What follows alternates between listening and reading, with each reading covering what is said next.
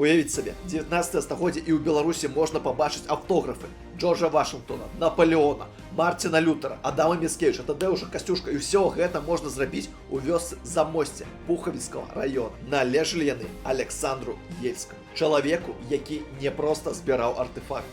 Ён спрабаваў сабраць Беларусь, калі ў беларусаў яшчэ не было свайго нацыянальнага музея. І пачаў рабіць гэта ў вельмі сімвалічны момант. 1864 год.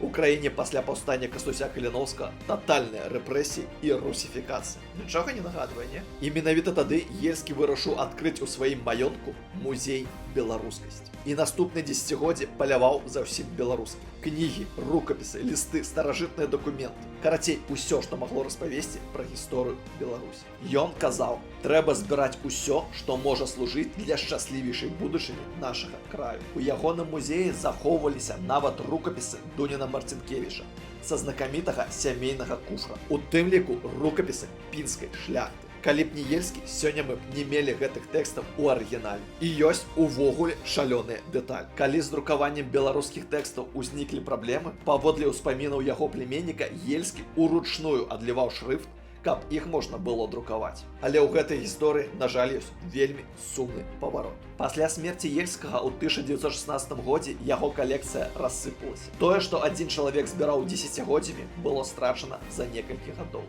Але, дзякуючы ініцыятыве Мальдзіс, мы спрабуем вярнуць беларусам то, што было страчана. Хто ведае, можа Рыгор Астапеня гэта наш новы Ельскі. Але пагадзіцеся, што гісторыя Ельскага гэта сапраўдны топ. Таму з вас падабаечка, рэпосцік, і хутка вернемся.